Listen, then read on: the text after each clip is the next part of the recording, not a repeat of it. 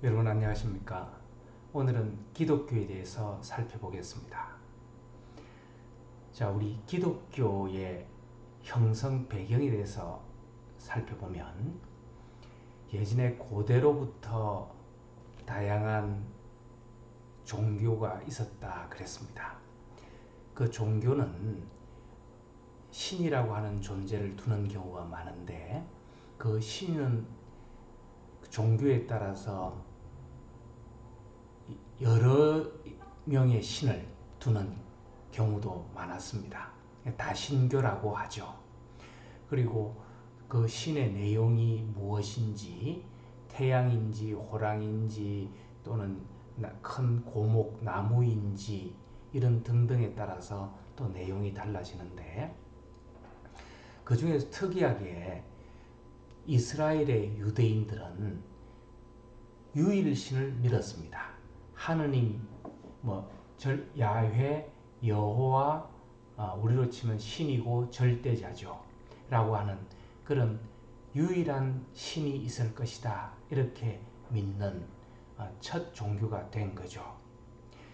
자, 그래서 이런 유일신을 믿는 그 유대인들, 이스라엘의 유대인들은 약 기원전 2000여 년 전부터 그 유일신을 믿으면서 자신들이 그 유일신을 믿는 과정에서 생긴 어떤 사건이나 또 어떤 종교의 그런 그 활동, 그 다음에 문학적인 시, 이런 것들을 글로 엮었습니다. 그걸 우리는 구약 성서 이렇게 얘기를 하죠. 우리가 하느님이 이 세상을 창조했다는 창세기는 기독교인이 아니더라도 몇 번씩은 들어봤을 겁니다. 그런 창세기부터 시작을 해서 여러 편의 내용들을 묶은 걸 우리는 구약 성서 이렇게 얘기합니다.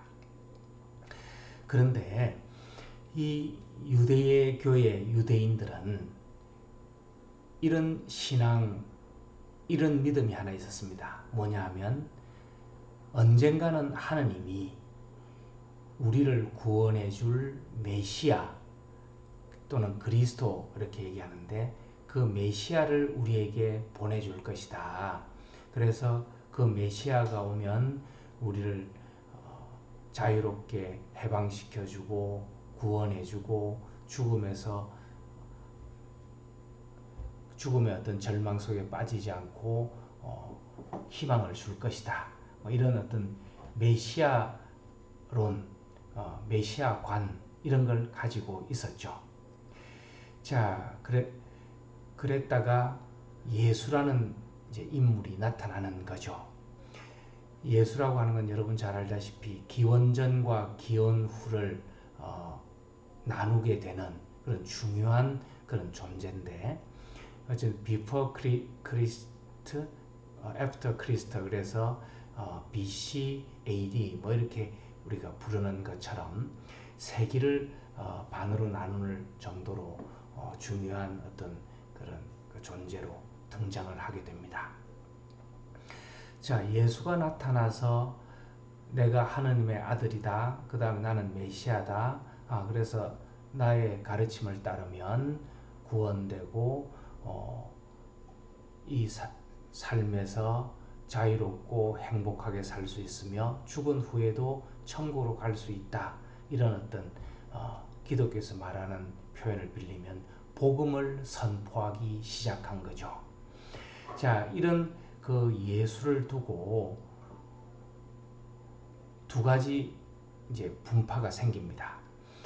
기존의 유대인들은 예수를 메시아라고 지금까지 보고 있지 않은 거죠. 그래서 유대교는 지금도 그 예전의 구약 성서의 유대교를 그대로 유지하고 있습니다. 하지만 이 예수를 메시아라고 인정을 하고 거기에 따르는 가르침을 받아서 하나의 종교로 형성한 것이 기독교죠. 그리스도교 하는 겁니다. 자, 그래서 이 예수의 가르침을 따라서 하나의 종교가 형성이 되고 그것이 전도가 되어서 유럽으로 해서 아메리카로 해서 아시아로 건너오면서 지금 세계적인 종교가 된 거죠. 자, 이런 예수의 어떤 행적이나 가르침, 말 이런 것들을 적은 그런 책을 우리는 복음서, 이렇게 얘기합니다. 그러니까 예수가 태어나서부터 죽기까지 그 과정, 그리고 죽고 난 다음에 부활한 그 내용들을 쭉 기록해 놓은 것이 복음서인데, 그 복음서에는 네 가지가 있죠. 마테오 복음, 마르코 복음, 루카 복음, 요한 복음 이러는데, 뭐 이건 표현에 따라서 마태 복음, 누가 복음 이런 식으로 표현하기도 합니다. 자, 어쨌든 이 복음서, 그리고 이제 예수의 제자들이라고 하는 12사도가 있죠. 그 다음에 그 사도에는 포함되어 있지 않지만 기독교를 세계적인 종교로 전파시킨 그런 그 활동가로 바울이라는 사람이 있습니다. 이 사람들의 어떤 행적 또는 편지, 전도 내용, 그 다음에 그 하나님의 계시를 받아서 적었다는 내용들, 이런 것들을 묶은 걸 우리는 신약 성서 그럽니다. 그러니까 기독교의 성경에는 구약 성서, 신약 성서 이렇게 두 가지로 나누어져 있고, 그것이 하나로 전체적으로 성경 이렇게 표현되어 있는 겁니다. 자, 이와 같은 기독교는 현재 어느 정도 교세를 유지하고 있는가 하는 걸 살펴보면, 지금 뭐 기독교인 수가 얼마다 하는 걸 정확하게 헤아리기는 어렵겠죠. 그리고 기독교인이라고 말할 수 있는 기준이 뭔가, 이것도 사실은 쉽지 않습니다.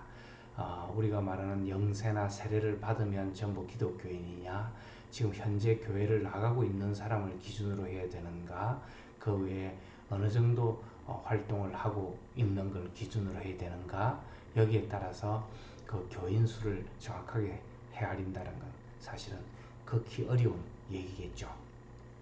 대체로 보면 기독교는 세계적으로 한 22억 명 정도 된다고 얘기를 합니다. 이슬람교는 18억, 힌두교는 11억 5천, 불교는 5억 정도의 인구가 믿고 있다. 이렇게 보고 있는데, 지금 어쨌든 현재로서는 기독교가 가장 큰 교세를 유지하고 있다 이렇게 말할 수 있지만, 이슬람교도 상당히 교세의 확장이 두드러지고 있습니다. 이슬람교를 믿는 그런 국가의 그 상황이 다산, 아기를 많이 낳기 때문에 이슬람 교도들이 늘어나기도 하고요. 그 다음에 이슬람 교도들은 그 자기의 종교에 대해서 아주 열심입니다. 자, 그러다 보니까 그 열성이 또 교세를 확장시키는데 기여를 하고 있다 이렇게 얘기를 할 수 있겠습니다. 자, 기독교는 우리가 잘 알다시피 크게 구교, 신교, 가톨릭, 프로테스탄트 이렇게 두 가지로 나뉠 수 있습니다. 물론 그 외에 또 동방정교회 하는 또 분파가 있지만, 자, 이 크게 두 가지로 나뉘는 기독교는 구교, 신교 이렇게 나누고, 또 신교 내에서는 장로교, 침례교, 감리교 등등 또 많은 분파가 있죠. 자, 조직이나 교리에서도 구교와 신교는 차이가 있는데요. 구교인 가톨릭은 교황을 정점으로 해서 전체적으로 하나의 조직으로 구성되어 있습니다. 그러니까 가톨릭 내에도 그 조직이 상당히 많거든요. 예컨대 우리가 말하는 성당만 있는 게 아니고, 물론 수도원, 수녀원, 그 안에서도 수도원 안에서도 뭐 갈멜 수도원이 있고, 또 프란치스코 수도원이 있고 뭐 등등 이 많은 조직들이 있지만, 어쨌든 전체적으로는 교황을 정점으로 해서 하나의 조직 내에 들어 있습니다. 그리고 그 전례인 미사도 세계 어디나 똑같습니다. 그러니까 언어만 다를 뿐이지 처음 시작과 끝의 순서나 내용은 똑같은 거죠. 자, 여기에 비해서 신교는 각 교파와 교회마다 독립성이 어느 정도 인정되고 존재하고 있다. 그렇게 얘기할 수 있고, 그 전례의 예배도 예배의 순서나 내용도 교회마다 조금 다를 수 있는 거죠. 자, 그 다음에 교리면에서 보면 크게 뭐 사소한 것까지 하면 여러 가지가 있겠지만 크게 보면 마리아라고 하는 그런 존재에 대해서 인식의 차이가 있습니다. 자, 가톨릭을 비판하는 경우 중에서는 가톨릭은 마리아 종교 아니냐 뭐 이렇게 얘기를 하기도 하는데 우리가 성당에 가보면 예수의 상도 물론 크게 있지만 마리아 상도 그 옆에 자리 잡고 있거든요. 자, 그래서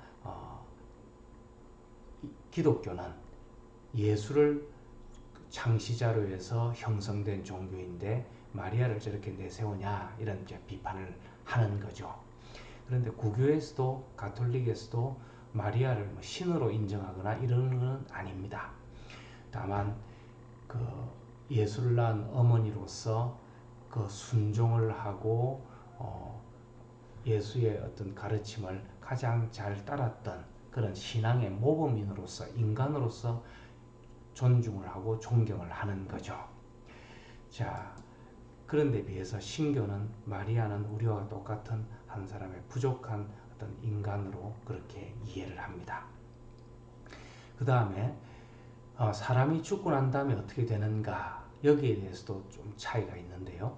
신교는 천국과 지옥으로 나누어져 있다. 그래서 이 세상을 살면서 예수를 믿고 예수의 가르침을 따라서 잘 산 사람들은 천국, 그렇지 않으면 지옥 이렇게 이제 이분으로 나누어서 이해를 하고 매우 좀 뭐랄까 심플하게 설명이 간단 명료하게 하는 거죠. 거기에 비해서 가톨릭은 그 중간에 연옥이라고 하는 그런 소재를 둡니다. 그래서 우리 인간은 바로 천국으로 가는 경우도 있고 바로 지옥으로 가는 경우도 있지만 이 세상에서 쌓은 어떤 죄나 또 업보나 이런 것들을 씻고 보속할 수 있는 그런 어떤 장소 이것이 필요하다. 그래서 연옥이라고 하는 것이 있어서 그곳에서 그런 죄를 씻고 순수한 존재가 돼서 천국으로 들어간다. 이렇게 보는 그런 그 사후 세계관에 대해서도 차이가 있습니다. 자, 그 다음에 이제 우리 기독교의 그 창시자라고 할 수 있는 예수에 대해서 좀 살펴봅니다. 자, 예수는 기독교의 창시자고 요셉과 마리아의 아들로 태어났다 이렇게 얘기를 하고 있고 기독교에서는 마리아는 어떤 남녀의 결합에 의해서 예수가 탄생한 것이 아니고 마리아가 동정 상태에서 하느님의 섭리에 의해서 잉태되었다 이렇게 설명을 합니다. 가브리엘 천사라는 존재가 마리아에게 와서 하느님의 그 섭리에 의해서 아기를 가질 거니까 그걸 받아들여라 이렇게 얘기를 하고 두려움에 떨던 마리아는 그걸 받아들이겠다 이렇게 하는 그런 내용들이 나옵니다. 자, 예수가 태어나서 어릴 때부터 그는 유대교의 그런 교리를 공부를 했겠죠. 그런 어떤 그 구약 성서를 읽으면서 이를 이제 이해하고 또 창의적으로 해석하고 그 참된 뜻을 이제 실천하려고 하는 거죠. 자, 그러면서 예수는 이제 공생활이라고 하는 30살부터 33살까지 3년 동안 공생활, 사회적인 활동을 하는데 이제 그때 나서서 회개하라. 마음을 땅에서부터 하늘로 돌려라. 그리고 나는 하느님 아들이다. 내가 가르치는 바를 따르고 실천하면 구원을 얻을 수 있다. 이렇게 선포를 하기 시작하는 겁니다. 그러면서 한편으로는 그 현실 세계에서 예수는 어려운 사람들 입장에 서서 그들을 이해하고 누구든지 지위 여하를 막론하고 또 재산이 많고 적음을 떠나고 지금까지 죄를 많이 지었건 짓지 않았건 지금부터 회개해서 마음을 돌려서 하나님을 믿으면 누구나 천국에 갈 수 있다. 이제 그렇게 하층민이라고 할 수 있는 사람들과 어울리면서 그 사람들에게 용기를 주는 거죠. 그리고 이제 진리를 이제 설파하면서 한편으로는 그 당시에 종교 지도자들이라고 할 수 있는 그런 바리사이파들, 또 이제 율법학자들, 가두사이파 뭐 이런 그 종교 지도자들 그룹이 있습니다. 이제 이 그룹들이 그 당시에는 상당히 부패해 있었던 것 같습니다. 그러니까 성경을 보면 밖으로는 긴 수를 두른 그런 옷을 입고 거룩한 척 기도하는 척 하지만 사실은 뒤로는 사람들에게 고리대금업을 해서 많은 돈을 갈취하고 높은 자리를 차지하고 자신들만 이렇게 편한 그런 그 생활을 하고 있다. 이제 그렇게 되어 있는데 이를 예수는 강하게 비판을 합니다. 그 위선이나 어떤 가식 이런 것들에 대해서 예수는 가장 좀 싫어한다 그럴까요? 진실로 마음으로 하나님을 믿는 것이 중요하지 무슨 척하는 게 중요하지 않다 이렇게 얘기하고 그 위선을 매우 강하게 비판을 합니다. 그 내용은 뒤쪽에 좀 나오지만 다시 보기로 하고 자, 이들 기득권층이라고 할 수 있는 종교 지도자들에게 이렇게 강하게 비판을 하니까 이 사람들이 좋게 볼 리가 없는 거죠. 자, 그래서 그 사람들이 이 예수를 이제 로마에 고발을 하게 되고 그 점령하고 있던 그 로마에 의해서 예수는 사형 집행을 당하게 되는 거죠. 자, 그래서 이 예수는 그런 복음을 전파하면서도 이런 기득권층에 저항을 하는 이제 과정인데 그때마다 그냥 단순히 사회 정의를 뭐 추구한다 이런 것이 아니고요. 종교의 창시자답게 하나님께 기도하고 그 기도의 응답에 따라서 얘기하고 사람들을 이렇게 사랑하고 또 그 좋은 가르침을 주면서 또 한편 필요할 때는 이런 종교 지도자들에 대한 비판을 이제 하는 이제 기도에 하고 기도의 응답으로 이렇게 활동을 해 나가는 거죠. 자, 그리고 어쨌든 결론적으로는 십자가형에 처해지고 후에 3일 만에 부활했다 하는 그런 어떤 교리, 그런 사실을 어떤 성경은 적고 있습니다. 자, 우리 이런 예수의 어떤 면모라고 할까요? 예수가 지금 방금 얘기한 내용들이긴 하지만 뭐 여러 가지 면모들이 많죠. 이제 기도 한 종교의 창시자이다 보니까 사실은 이 예수의 면모가 그 기독교의 어떤 교리다 이렇게 얘기해도 과언이 아닐 정도로 뭐 여러 가지 면모를 두루 갖추고 있지만 그 중에서도 한 세 가지 정도만 그냥 특징적으로 살펴보고 나머지 부분들은 우리 기독교의 교리에 가서 좀 더 자세히 살펴보고자 합니다. 자, 예수의 첫째 어떤 그런 면모, 그런 신의 아들인지 또는 뭐 단순히 인간인지 그거는 우리가 이해하기 따라 다르지만 어쨌든 이 세상에서 인간의 어떤 모습으로 한 인간으로 살아간 그런 예수의 어떤 그런 면모에서 첫째로 우리가 생각해 볼 수 있는 것이 자유로움입니다. 자, 이렇게 자유로움이라고 하는 걸 예수의 첫째 면모로 이렇게 얘기하는 건 지금 현재 우리 사회에서 기독교의 예수 그러면은 연상하는 바가 어떤 건지 이것과 좀 대비해서 설명하기 위해서 자유로움을 먼저 들었습니다. 여러분들은 예수 그러면 어떤 면모가 생각이 납니까? 뭐 사람에 따라서는 아주 그 지금 현재의 모범적인 또 모범적으로 보이는 그런 어떤 목회자의 모습처럼 머리카락 하나 비트름 없이 이렇게 잘 빗고 옷을 깔끔하게 입고 입가에 미소를 띠고 좋은 얘기를 하는 그런 어떤 형상일 수도 있을 거고 그죠? 또 그 당시 하층민들과 같이 이렇게 활동을 하면서 12제자들을 이렇게 같이 다니는 그런 어떤 흙먼지 묻은 그런 어떤 예수의 모습도 떠올릴 수 있을 거고 또 많은 군중에게 또 연설을 하는 그런 예수의 모습도 떠오를 거고 다양하게 있을 텐데 첫째로 생각해 보면 예수는 어떤 형식에 구애되거나 율법에 탁 사로잡혀서 그 율법을 지켰냐 지키지 않았느냐 이런 것만 따지는 그런 우리 좀 속된 표현으로 하면 그런 쫌팽이는 아니었다 하는 거죠.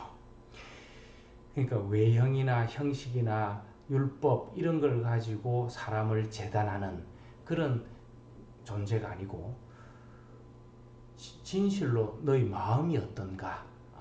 그래서 정말로 마음으로 회개하고 하나님을 믿고 사람을 사랑하면 누구나 구원받을 수 있다. 그런 형식이 중요한 것이 아니다 하는 그런 어떤 리버럴한 존재, 그런 어떤 면모를 띠고 있는 것이 아닌가 이런 생각을 하게 됩니다. 그러니까 형식이 아니라 실질을 보는 거고 그 진정한 마음을 보는 거죠. 자, 그래서 그런 예들이 이제 몇 가지가 나오는데 지금도 그렇지만 이 유대교는 대단히 좀 율법화되어 있다 그럴까요? 지켜야 될 계명들이 엄청나게 많습니다.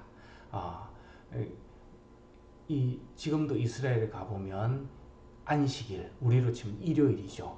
이 일요일에는 아무것도 해서는 안 된다. 뭐 그런 것들이 있어서 정말로 좀 우리가 들으면 우스울 정도의 그런 어떤 내용들도 있습니다.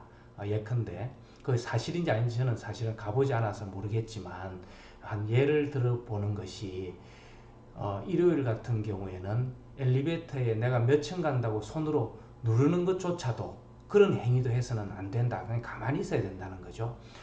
그래서 모든 층이 다 서서 자기가 내릴 층에서는 그냥 내리기만 하는 거지 그 층의 숫자를 누르지 않는다. 뭐 이런 얘기도 있는데 어쨌든 그 정도로 안식일에는 아무것도 해서는 안 된다 하는 그런 율법이 있는 거죠. 그런데 예수는 그렇지 않습니다. 예수는 안식일에도 병자를 고쳐주기도 하고 또 제자들이 배가 고프니까 길을 지나면서 밀을 좀 뜯어서 먹기도 하고 그럽니다. 그러니까 당연히 바리사이파들이나 율법학자들이 공격을 하겠죠. 왜 안식일에 그런 일을 하냐 이렇게 얘기합니다. 그러니까 예수는 거기에 대해서 강하게 반발을 하는 거죠. 무슨 얘기냐? 안식일이 사람을 위해서 태어났냐, 사람이 안식일을 위해서 태어났냐, 뭐 이렇게 얘기를 합니다. 당연히 안식이라고 하는 것은 사람이 중심이 되고 그 살아가는 하나의 어떤 그 방법, 그런 어떤 우리가 좀 고려해야 될 그런 어떤 날일 뿐인 거지. 우리가 안식일을 막 이렇게 숭배하는 건 아니지 않느냐 이렇게 따지면서 이런 비유도 듭니다. 당신들은 그러면 안식일에 양이 구덩이에 빠지면 그 안 구해주냐? 그 아까워서 양 한 마리를 구하려고 애를 쓰지 않느냐? 그러면서 사람을 고쳐주는 것 이것이 뭐가 잘못된 거냐 하고 따집니다. 그러니까 그 형식을 강조하는 사람들에 대해서 비판을 하는 거죠. 비슷하게 제자들이 손을 씻지 않고 음식을 먹는 것 이것도 율법에 어긋나는 거죠. 그랬더니 예수가 뭐 이렇게 사소한 걸 가지고 그렇게 따지고 드냐 이거죠. 그죠? 그래서 사람이 마음에서부터 나오는 것이 악한 것이지 손 좀 씻지 않고 음식 먹는다고 뭐 그렇게 잘못된 거냐 이렇게 반문을 합니다. 그러면서 그 바리사이파들이나 율법학자들에 대해서 강하게 비판하는 이제 그런 모습을 보이는데 그거는 다음에 이어서 또 계속하도록 하겠습니다. 수고하셨습니다.